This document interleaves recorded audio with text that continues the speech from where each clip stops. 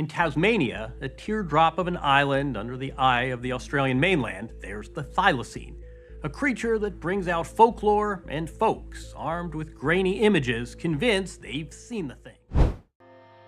In May 2020, a piece of film emerged that no living person had ever watched before 21 seconds, showing a living Tasmanian tiger pacing behind wire fencing, hidden for decades inside a forgotten tourism reel from 1935.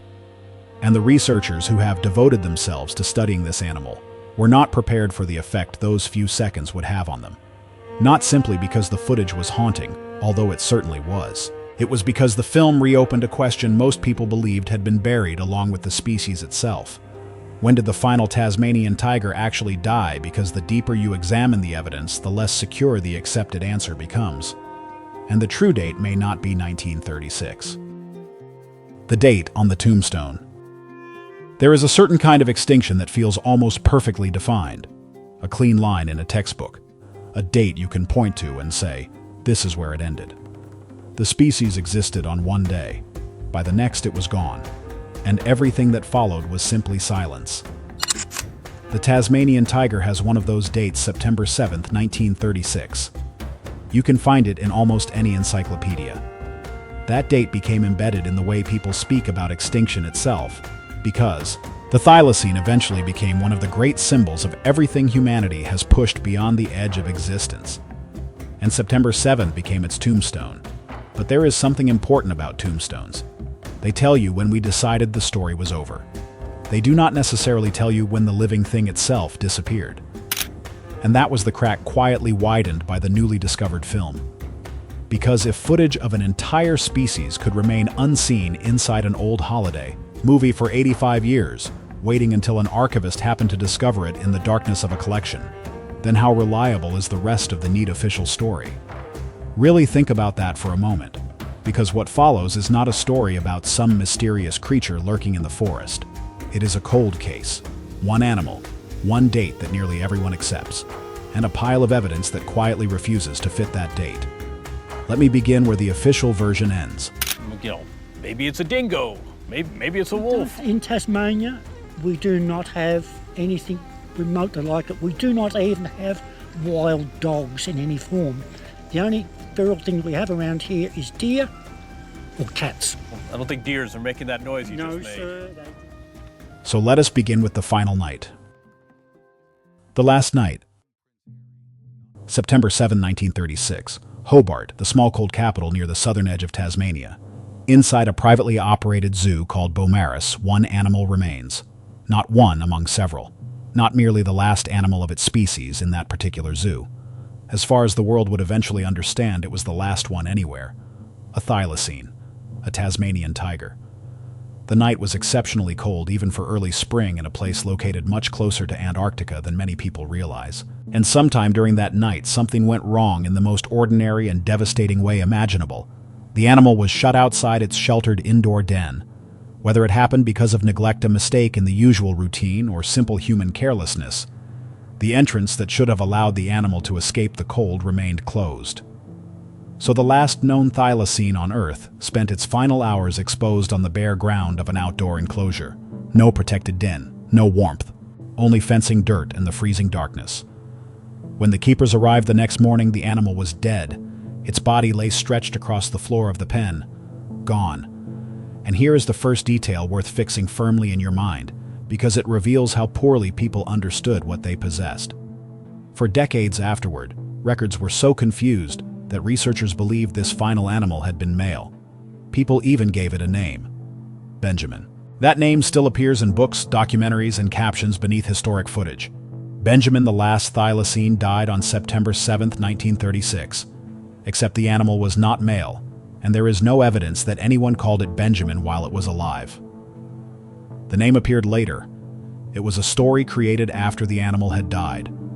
And the story became so widely repeated that it concealed the truth for most of a century. Keep that thread in mind.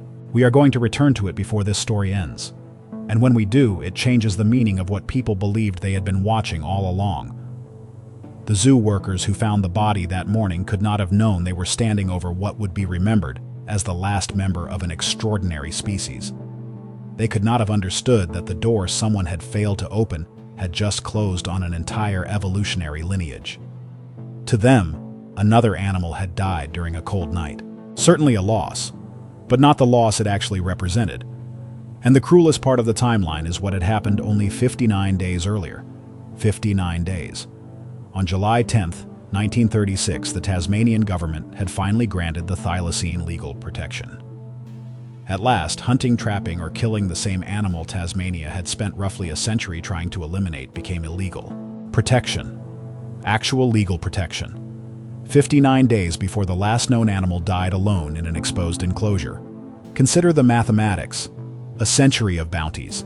A century of rifles, traps, poison, and government payments for dead animals.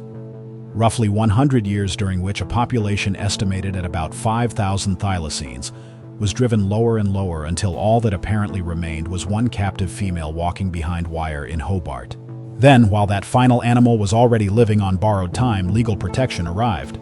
The law saved the species approximately 2 months too late. The protection applied to a population that effectively no longer existed. It protected a ghost. That is why September 7th became more than an extinction date. Today, Australia marks National Threatened Species Day on September 7th, intentionally remembering the morning when the final known thylacine was found dead in Hobart. The date serves as a warning about what a country can lose when it fails to pay attention. Scientific recognition of the extinction came much more slowly than the grief. The International Union for Conservation of Nature did not officially classify the thylacine as extinct until 1982. Tasmania itself did not remove the animal from its protected species list until 1986. That was 50 years after the cold night at Beaumaris Zoo, half a century without a single confirmed sighting.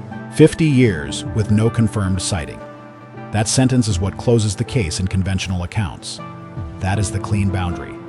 The thylacine died in 1936, and the following half-century of silence is interpreted as nothing more than the silence of an island from which the species had disappeared. But this is exactly where the case begins to break apart, because over roughly the last decade, evidence has quietly accumulated in peer-reviewed scientific journals that very few people outside the field ever read. And that evidence points in another direction. Not sensational claims, not late-night television, not blurry photographs being sold to tabloids. Careful statistical work. Research suggesting that the standard textbook version may not contain the entire story.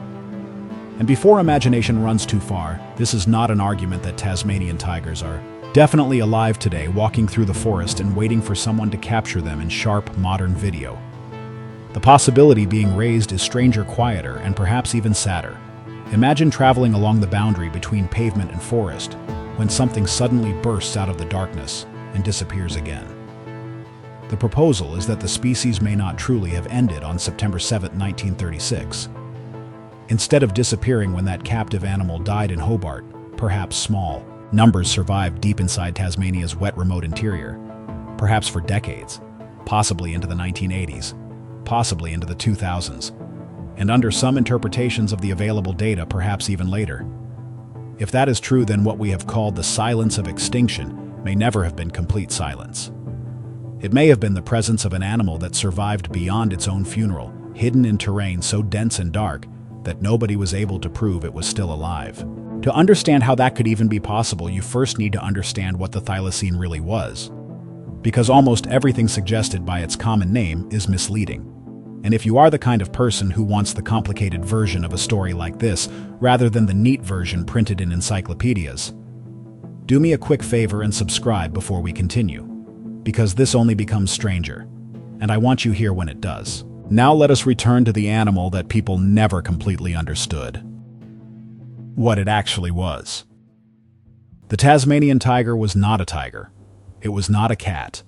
It was no more closely related to the giant striped predators of Asia than you are. The word tiger was simply settler shorthand, a convenient label based on the dark stripes crossing the animal's lower back and the base of its tail. That was essentially the entire logic. Stripes, and the teeth of a predator. So British colonists reached for the name of the most intimidating striped animal they knew: tiger. What they were actually seeing was a marsupial, a mammal with a pouch. a member of the same broad mammalian group that includes kangaroos, possums, and wombats. And it was not merely another marsupial. The thylacine was the largest carnivorous marsupial to survive into the modern era, a pouched predator roughly comparable in size to a medium-sized dog. Its scientific name reveals more than its common name does: Thylacinus cynocephalus. Translated approximately, the name means something close to dog-headed pouched one. Seen from a distance or in poor light, it could appear dog-like. It moved in a way people associated with dogs. It hunted in ways that reminded observers of dogs. It possessed a long muzzle and a narrow, deep-chested body. Someone looking across a paddock at dusk could easily have mistaken the silhouette for a wandering hound from a nearby property. But step closer and the resemblance begins to collapse. Because the thylacine had a pouch. And there is a detail that surprises even people who believe they already know this species. Both males and females possessed one. The male had a partial pouch, essentially a protective fold of skin that shielded vulnerable anatomy while moving through thick vegetation. The female's pouch opened toward the rear of the animal in the direction of the tail, rather than opening forward toward the head. Think about that. A creature shaped somewhat like a dog, striped like a tiger, named after both kinds of animals, yet actually related to neither, and carrying its young inside a pouch that opened in the opposite direction from what many people imagine. Then there was the tail. It was nothing like the flexible tail of a dog. The thylacine's tail was thick and rigid where it connected with the body, narrowing gradually toward the tip. It extended backward in a stiff, pronounced line. In some ways, it projected from the animal much like a kangaroo's tail, almost like an additional structural limb or counterweight rather than an expressive tail capable of wagging. If you watched a thylacine move for more than a few moments, you would have difficulty confusing that tail with a dog's. The Tasmanian tiger was a marsupial, even though at first glance its body could look remarkably canine. And then there was the jaw. This is the feature that has perhaps become more deeply burned into the public imagination than anything else about the animal. The thylacine could open its mouth to an angle approaching 80 degrees. 80 degrees. Try to picture that. The lower jaw falling so far that the open mouth almost appears as a vertical line. The gape looks less like an ordinary yawn and more like a mechanical hinge separating. It ranks among the widest known jaw gapes of mammals. Watch surviving footage of the thylacine moving around its enclosure and eventually you may see it happen. The slow opening. The impossible-looking spread of the jaws. Once you witness it, the image is extremely difficult to forget. It became the species' most recognizable movement. And it is one reason the tiny amount of footage that survives often feels less like an ordinary wildlife recording and more like something ghostly. But there is a cruel contradiction inside that enormous gape. For all the visual drama of its mouth and teeth, the thylacine's actual bite was comparatively weak. Its jaw was long, narrow, and lightly constructed. The same anatomy that allowed the animal to open its mouth so widely also meant the jaw was not especially powerful when placed under heavy force. This was not a predator designed to break large bones or overpower massive prey through brute strength. Its body was better adapted to smaller animals. Wallabies, possums, birds, other comparatively soft-bodied creatures living in the Tasmanian bush. Remember that. Do not let that detail disappear, because the weak bite of this so-called dog-headed hunter becomes one of the threads that once pulled begins to undo the historical justification for what people did to the species. We will return to that. And when we do, it alters the shape of the entire story. A continent lost. For the moment, understand something else. The thylacine was not originally an exclusively Tasmanian animal. Even the geographic part of its common name tells only half the truth. And hidden behind that half-truth is a much larger history. Long before Tasmania existed as the isolated island we know today, thylacines occupied a far broader territory. Fossils show that members of the species lived across mainland Australia and even in New Guinea to the north. Imagine that. A widespread predator integrated into ecosystems across an enormous geographic region. For a vast stretch of evolutionary time, it was among the established hunters of an ancient continent. Then the mainland population vanished. Roughly 2,000 to 3,000 years ago, thylacines disappeared completely from continental Australia. The leading explanation involves the arrival of another predator, the dingo, a wild dog introduced from the north. Dingoes hunted cooperatively, competed for similar prey, and presented a challenge the thylacine was poorly equipped to meet. Pause on the irony. It becomes important later. The solitary and highly specialized thylacine apparently lost an evolutionary competition to a dog. There is another irony as well. Science, or what passed for science at the time, would later help contribute to the animal's destruction. The thylacine was outcompeted across the mainland and vanished from the continental fossil record. Only one major refuge remained: Tasmania. Thousands of years earlier, rising sea levels had separated Tasmania from mainland Australia. Dingoes never reached the island. So in that isolated landscape of rain, mountains, forests, and difficult terrain, the thylacine survived after its mainland relatives disappeared. Geography had accidentally transformed it into what people would later think of as a Tasmanian species. Tasmania became the last refuge of an animal that had once occupied a much wider world. Now hold that image. When the British began settling Tasmania in 1803 and started converting portions of the wet landscape into farms, researchers estimate that approximately 5,000 thylacines still lived across the island. 5,000. This was a species that had endured ice ages. It had survived the loss of its mainland range, and it was still there, quietly continuing the work of being the last surviving population of its kind on Earth. It had no way of knowing that something related to the force that had already defeated it elsewhere had just stepped ashore in a far more dangerous form. Not a dog this time, a human being. A man, a frame-up. A person with records, a complaint, and eventually money offered for every striped body that could be produced. The first price was established by an organization that had already decided which animal was responsible: the Van Diemen's Land Company, a huge pastoral enterprise given extensive areas of northwestern Tasmania. The company brought sheep into cold, wet hill country where sheep had never previously existed. The flocks struggled, animals disappeared, losses accumulated, and when lambs vanished or bodies were discovered in the scrub, the company did not spend much effort identifying every actual cause. Instead, it selected a culprit: the thylacine. In 1830, the company introduced a bounty. People would be paid for dead Tasmanian tigers. It appeared to be a direct and simple answer to what was in reality a complicated problem. But something important was missing from the ledgers. The thylacine almost certainly was not the principal predator killing those sheep. Consider what else lived around the farms. Wild and abandoned dogs moved through the countryside. Disease killed lambs. Cold weather killed them. Poor livestock management killed them. And when a thylacine later arrived to feed on a carcass it had not killed, settlers could easily assume that the scavenging animal was responsible for the original death. Convenient, simple, and very likely wrong. Now return to the detail I asked you to remember: the weak bite. Because there is a forensic problem with the accusation against the thylacine. Despite its frightening appearance and exaggerated reputation, its skull was badly suited to the crime for which the species was condemned. Even though the mouth could open extraordinarily wide, the jaw itself was slender and not especially powerful. Analyses of thylacine skulls and bite mechanics indicate an animal better suited to small prey: birds, smaller wallabies, possums. Not a predator anatomically designed to overpower and tear apart a mature sheep. That point is worth repeating because it sits at the center of the injustice. The physical evidence describes an animal that may have been incapable of committing the widespread livestock slaughter attributed to it.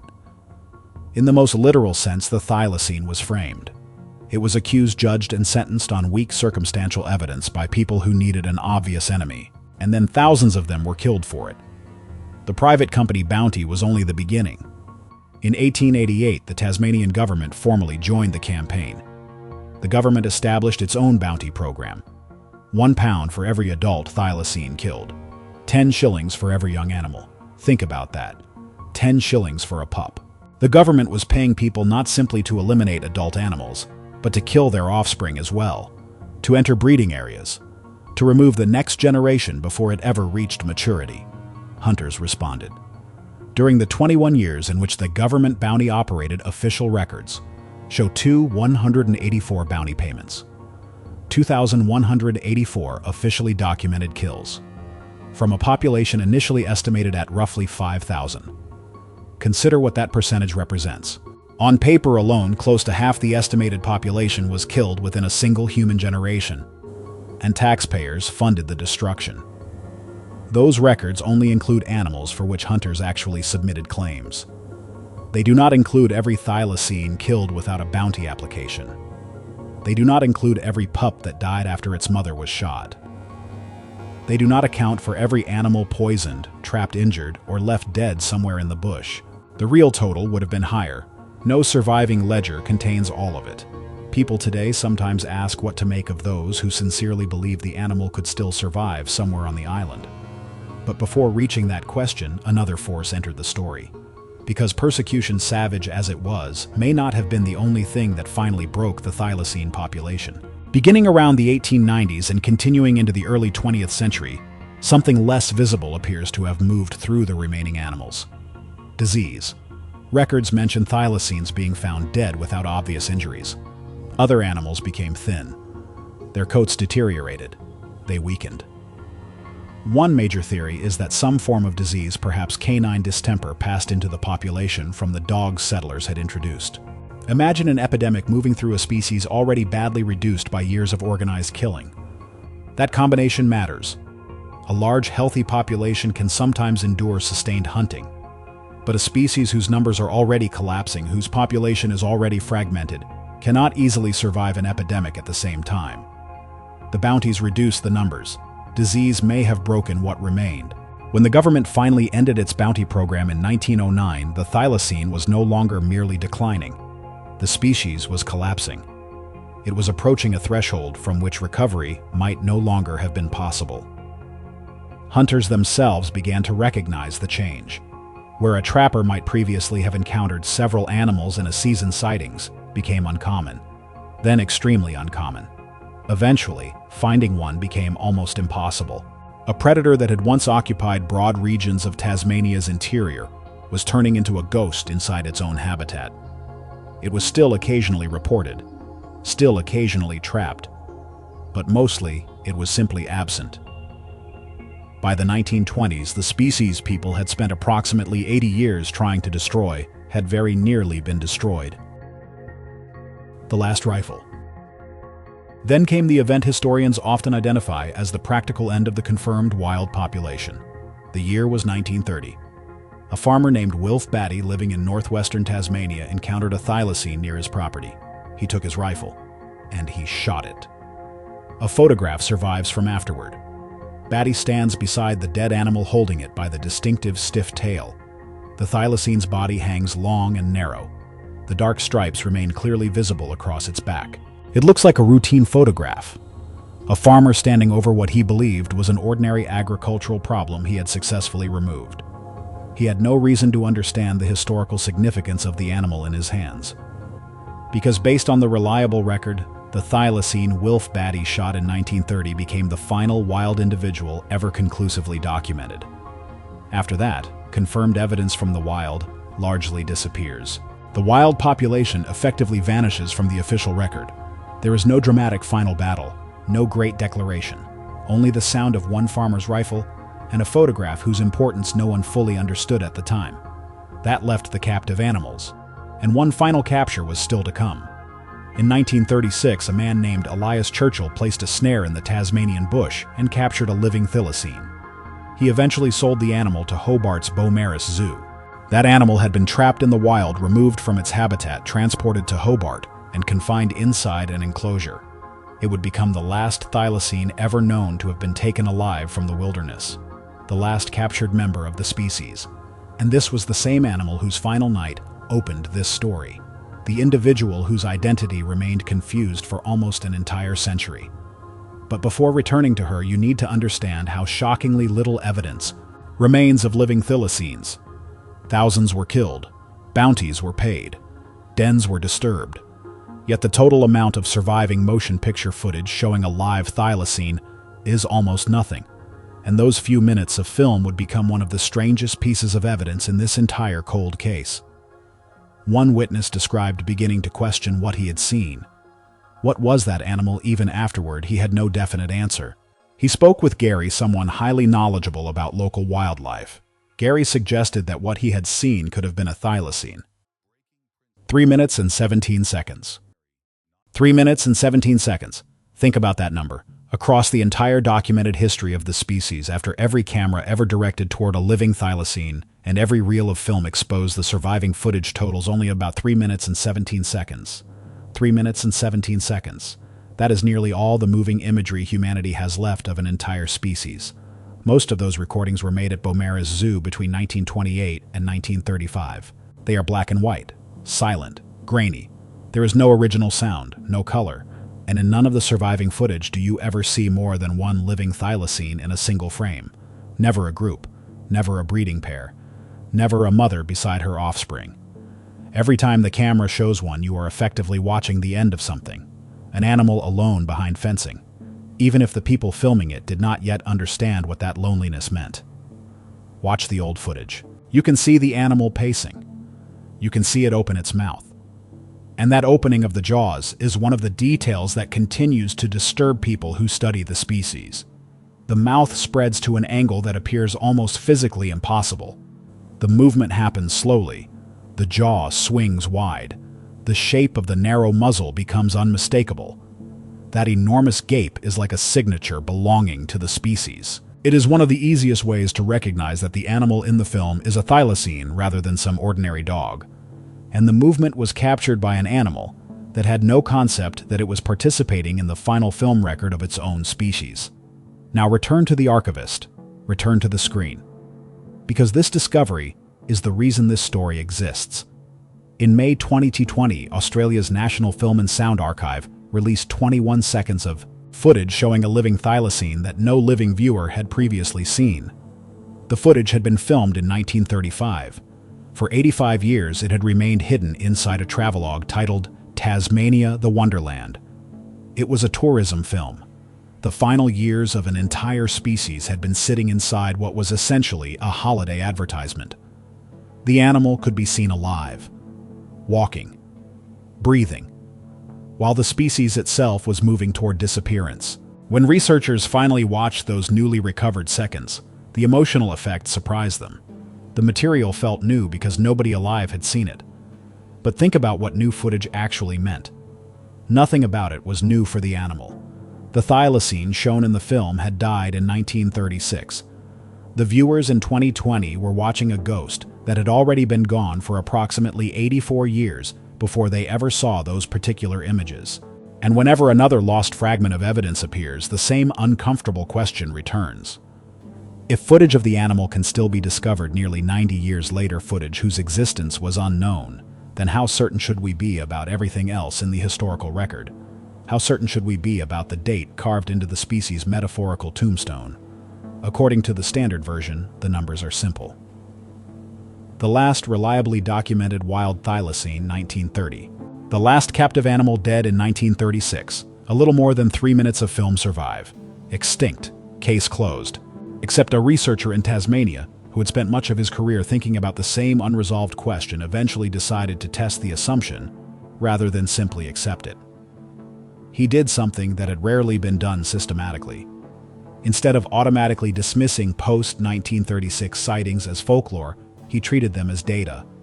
Researchers assembled the known record of reported encounters after 1936. Not merely the most dramatic stories, not just unclear photographs, the broader documented collection. There were 1,237 reports. Those records were then analyzed with statistical extinction models. The basic idea is straightforward. If a real population continues to survive, reports associated with that population should leave a pattern. Credible sightings should gradually decline as the population becomes smaller. After true extinction, what remains should increasingly resemble random noise, mistaken identifications, unreliable reports, stories without biological signal.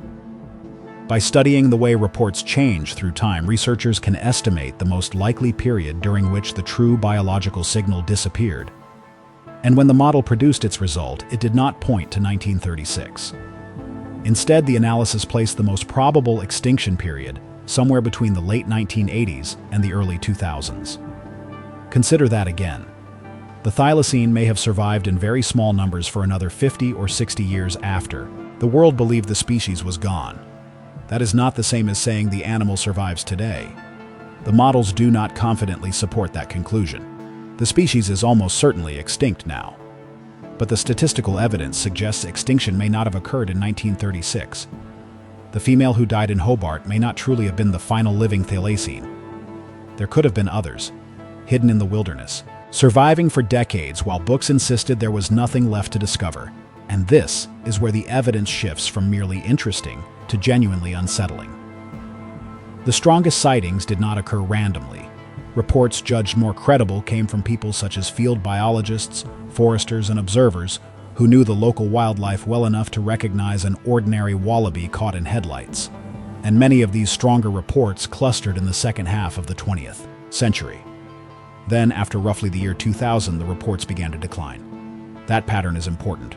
A myth does not necessarily fade in the same way. Folklore can remain stable. It can even grow stronger with time. But a declining cluster of stronger biological reports resembles what you might expect from a tiny surviving population, becoming smaller and smaller. A remnant population living beyond its officially declared death for several generations. Then finally, quietly, actually disappearing. Now consider the people whose job it has been to evaluate such sightings. For around 40 years, one veteran field officer in Tasmania became the person many residents contacted when they believed they had seen a thylacine. His role placed him firmly on the skeptical side of the discussion. Again and again, he offered the same reasonable explanation. Usually the witness had probably seen a patamalon, a small wallaby that can look surprisingly thylacine-like under poor viewing conditions. And in most cases, that explanation is probably correct. Tasmania contains thick vegetation. Lighting conditions are difficult. There are many animals capable of being misidentified. But 40 years of explaining mistaken sightings still cannot make every report disappear. It cannot comfortably account for the strongest cases, the careful observations, the reports made by trained people. And it is those stronger reports that appear during the decades in which official history insists no thylacines should have remained. Which brings us back to the last captive animal. Back to the museum drawer. Back to the record humanity managed to get wrong for 86 years.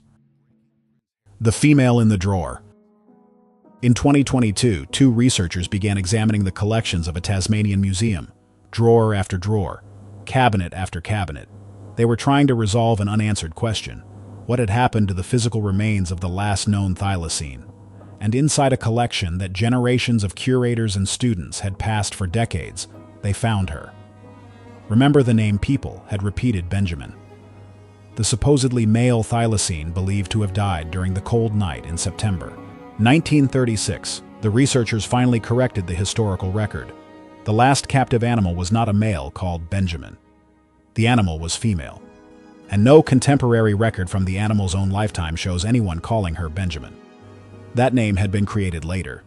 Then it was repeated again. Repeated so often that eventually the story hardened into accepted fact. But the correction did not end there. The physical remains of the final known thylacine, including her skin and skeleton, had apparently remained unidentified within the collection for approximately 86 years. At different times, the specimens had been treated like ordinary teaching material, handled, passed from one person to another, used by people who had no understanding of exactly what they were touching. The remains of the last known member of one of Australia's most famous extinct species had effectively been misplaced inside a museum.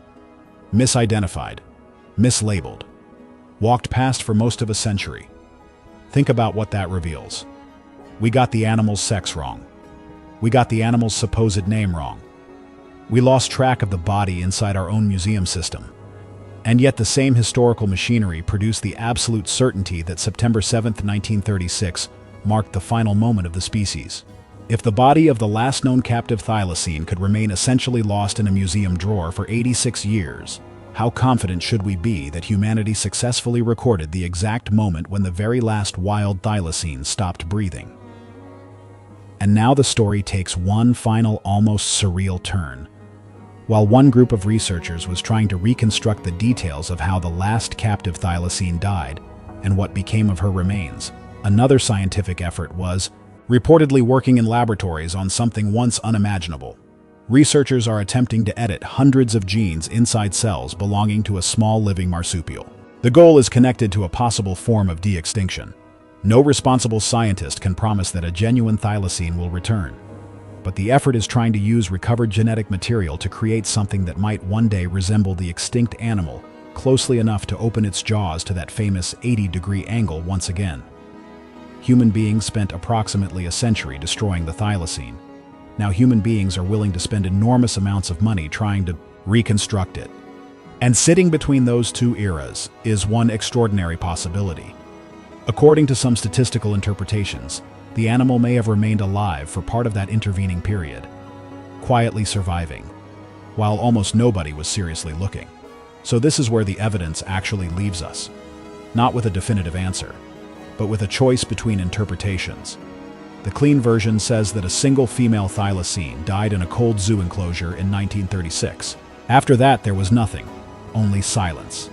But other pieces of evidence suggest another possibility. Credible sightings appearing in decades where they supposedly should not exist. Film footage remaining undiscovered for nearly 90 years. The body of the last known captive animal becoming effectively lost inside a museum. All of it quietly suggests that perhaps the female in Hobart was not actually the final thylacine. Perhaps the species simply moved beyond the frame.